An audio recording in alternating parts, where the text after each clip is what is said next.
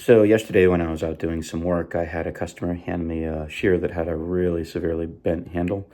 So I went ahead and told the customer I can try it, see if I can get it to work. I'll show in the video where it's actually pretty fatigued.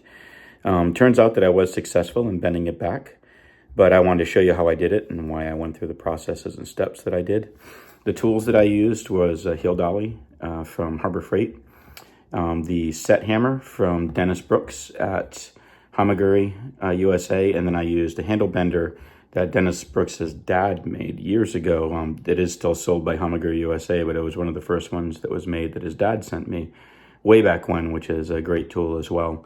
So between those three tools, I was able to actually bring the handle back into position where it was supposed to be. And take a look. Let me know if this actually helps. And if you have any questions, you'll be able to contact me at the information that's below the video. Thanks.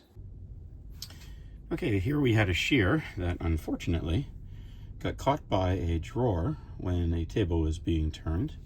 And you can see it's got quite a bit of bend on that handle there. The other issue with this shear is I don't know how well you can see this in the video, but it's actually pretty fatigued from the bend. We're going to try and bend it back into shape.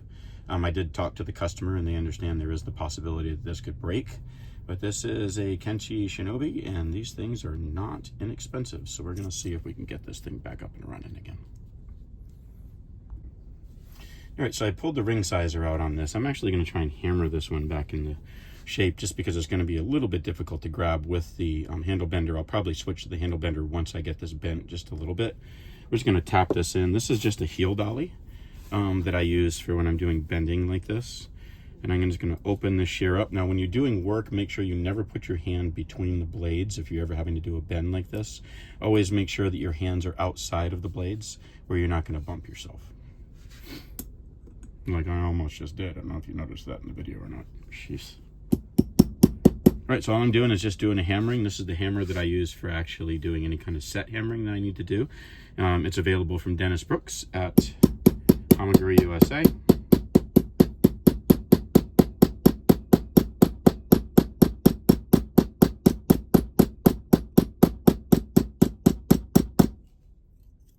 I'm getting a little bit of a bend. Let's go ahead and continue.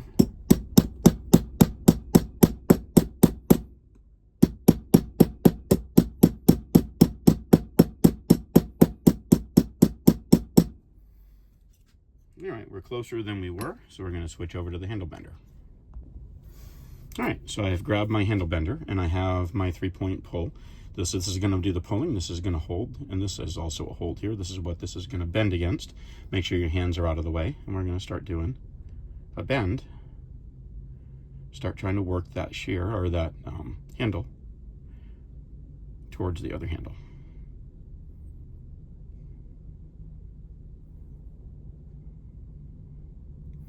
Just going gently, letting it move slowly.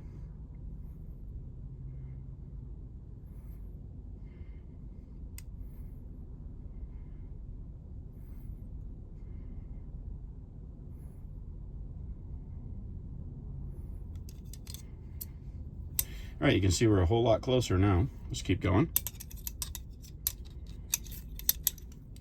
Oop.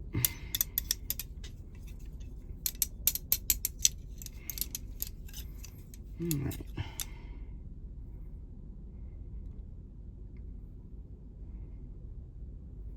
This is actually giving well, but at any point it could break. So just make sure you take your time if you're doing a repair like this. We're almost there.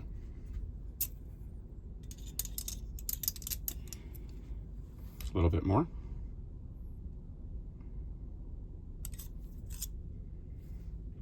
Got it. So now this just needs to be sharpened. We should be in good shape. This is actually pretty straight, so I'm just going to leave this here. I don't want to do any more bending on this than I absolutely have to. But you can see, because that's the other thing, you need to make sure that your bumper and the two handles are in line with one another when they make contact. So this is pretty badly fatigued right here, but this still has plenty of strength to it, so I don't think that this handle is going to become a problem. The only thing that could cause a problem with this in the future is because this has been bent so much. Just the heat from the bending can soften this metal just a little bit. And of course, this is a fairly low leverage shear, so it's got a very short handle and a very long blade. So that means that over time, as the shears open and close, if they go through any kind of a heavy cut at the tip, it could bend the handle a little bit. So from time to time, this handle will probably have to be rebent again just to make sure that those tips cross. But I hope that this helps for repair if you ever run into something like this.